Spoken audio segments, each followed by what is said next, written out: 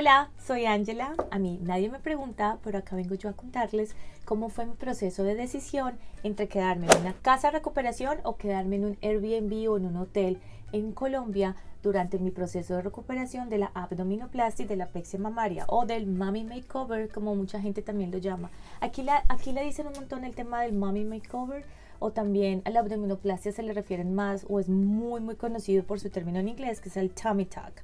Entonces, para los que me quieran entender, para el gusto de los colores, yo me hice estas cirugías ya hace 2 meses, llevo 2 meses de operada.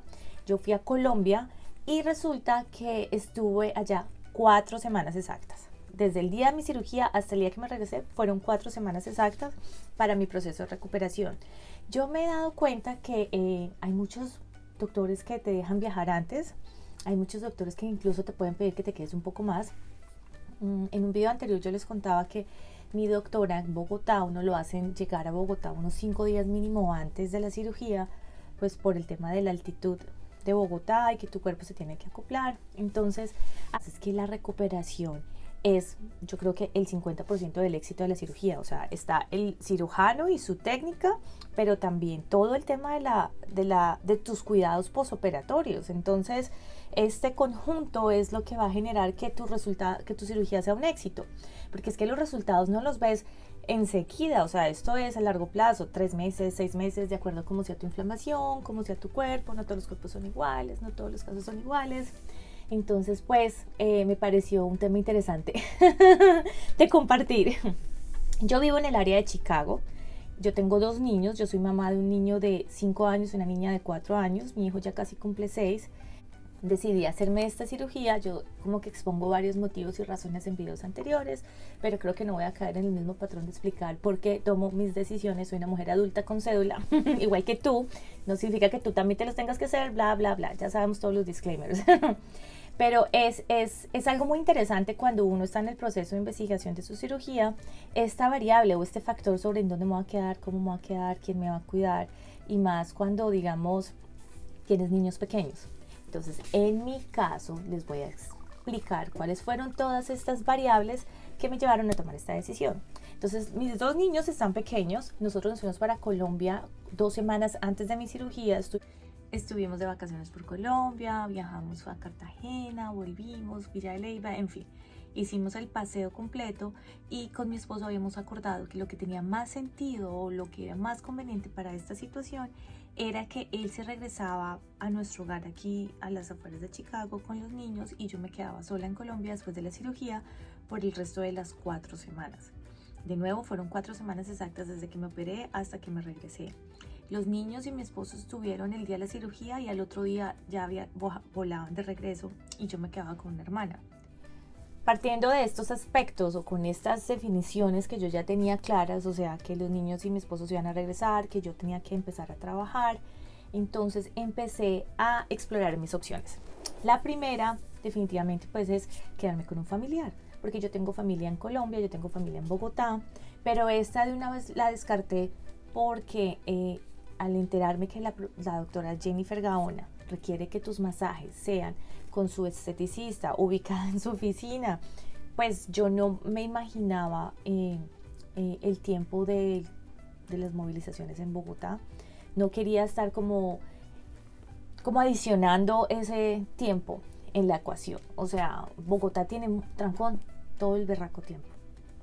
Entonces yo decía, no, yo quiero quedarme en un lugar súper cerca del consultorio para yo poder ir y venir literal caminando. No quiero tener que como que contar con el tema del transporte.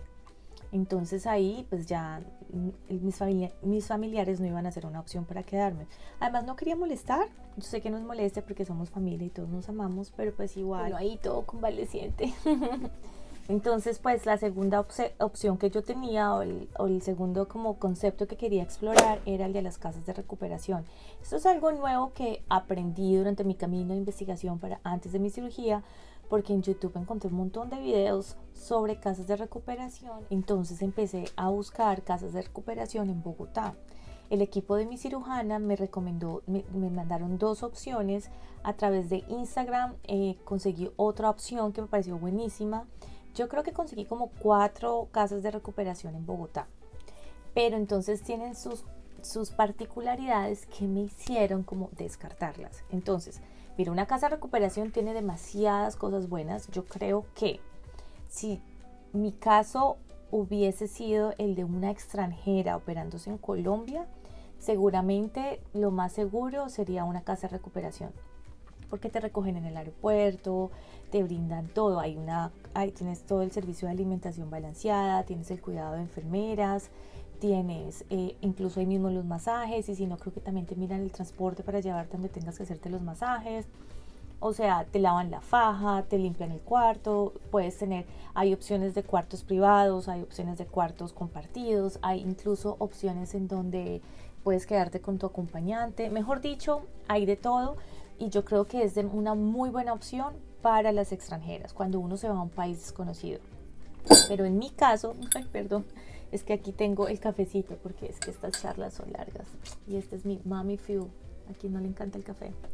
Entonces resulta que para alguien que pues tiene familia en Bogotá como yo, que tiene amigos en Bogotá, que yo estaba con los 2 niños al principio, yo dije, no, en una casa de recuperación, ¿cómo me voy a meter? O como uno recibe visitas. Aparte de todo, yo tenía que trabajar, mi objetivo era trabajar a partir de la segunda semana. Entonces, en algunos te ofrecían como una especie como de estación de trabajo, pero siempre eran como en la sala o en un estudio como sin puerta, como que en áreas comunes.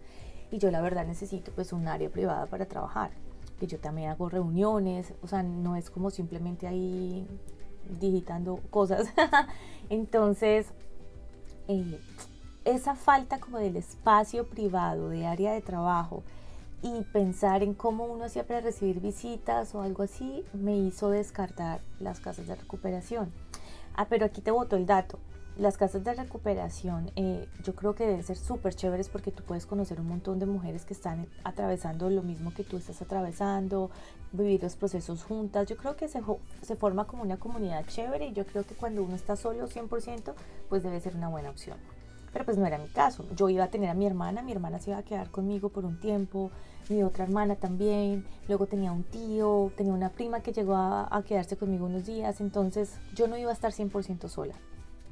Entonces definitivamente pues descarté la casa de recuperación, aunque de nuevo creo que es una muy buena opción, pero simplemente como que no cumplía o no se ajustaba a lo que yo necesitaba. Entonces ahí es cuando llegué a considerar un Airbnb o un hotel. Entonces el hotel me parece también buenísima opción, porque entonces tienes toda la privacidad que necesitas, pero pues de nuevo yo necesitaba más espacio. Entonces terminé optando por alquilar un Airbnb. Conseguí un Airbnb fantástico, me salió en total como $1,300 el mes, porque me quedé un mes, porque nosotros llegamos antes de mi cirugía, entonces mis niños y yo nos quedamos en el Airbnb cuando estuvimos paseando por Bogotá. Después ellos se fueron, luego yo me quedé el resto de las 4 semanas. Tuve a mi papá que se quedó unos días conmigo, tuve a mi hermanita que pasó y se quedó unos días conmigo, luego mi otra hermana también se quedó conmigo. O sea, porque el Airbnb donde me quedé tenía 2 habitaciones y 2 baños. Aquí les voy a poner algunas de las fotos. El dueño se llama el señor Gustavo, súper querido, súper adorado. Tenía un área de trabajo, entonces yo perfectamente pude trabajar en la habitación principal, relajada. Me quedaba a 1,5 cuadras del consultorio de la doctora, entonces yo cuando tenía mis masajes me iba caminando y volvía caminando. Lo mismo lo hacía para las cámaras hiperbáricas. Queda súper cerca a Unicentro, queda súper cerca a centros comerciales, o sea, tiene como facilidades de acceso. Tenía unas amigas que fueron a visitarme, entonces uno puede recibir visita. Obviamente pues tiene cocina, tiene lavadora, secadora, o sea, tenía como todas las comodidades, y fue perfecto para mi caso. Lo que pasa es que yo no estaba 100% sola. Si bien mi esposo y los niños no estaban, yo tuve familia, y además yo tuve una enfermera la primera semana. Entonces eso era algo también como que me encantó, como poder tener a alguien para mí solita los primeros 7 días, porque en las casas de recuperación te dicen tienes enfermera, pero en algunas te dicen es solo por el turno del día. Si quieres el turno de la noche lo pagas adicional. Hay otras que es una enfermera pero para todas las personas que están en la casa, entonces pues la enfermera lo que estás haciendo rondas. Entonces, bueno, no sé, yo como que consideré esas cosas y dije, no, mejor me quedo en un Airbnb y estoy súper satisfecha con la decisión, pero por eso uno tiene como que explicar todo el contexto bien, porque pues cada caso es diferente y cada situación es diferente, y estas eran mis situaciones y por eso yo decidí quedarme en un Airbnb y fue la solución perfecta para mis necesidades. Yo pude perfectamente trabajar, tuve el espacio, la conectividad, y en términos de precio, la verdad, unas por otras. Porque en un mes, esas 4 semanas que yo me iba a quedar en una casa de recuperación, me salían como a 250,000 pesos el día. O sea, creo que eso eran como unos 6 millones y pico los 25 días, creo que era. Versus en el Airbnb fueron $1,300, que en esa época eran casi 5 millones de pesos, porque yo pagué esto cuando el dólar estaba más bajito, no estaba a los precios maravillosos que ahorita están. Y es solamente la estadía, pero entonces la estadía es mía, estuvo mi esposo con los niños una semana, luego estuvo más gente conmigo, pero entonces claro, tienes que adicionar el costo de la comida, alguien que te ayude con las preparaciones de comida, mientras que en la casa de recuperación pues alguien sí te va a estar dando la comida a ti, solamente las 3 comidas del día más snacks. Entonces pues es unas por otras. Entonces yo creo que pues depende de cómo depende de cada quien. Yo creo que no hay respuesta buena o respuesta mala. Yo simplemente les quería contar cómo fue como todo mi cuadro de toma de decisiones. Esta sí, esta no, entonces todas las variables del caso y cuánto terminó costándome. Entonces yo creo que toca hacer un video aparte sobre cuántos fueron los costos totales de las cirugías, porque hay muchas cosas adicionales que tienes que considerar dentro del total general. Espero que les haya servido.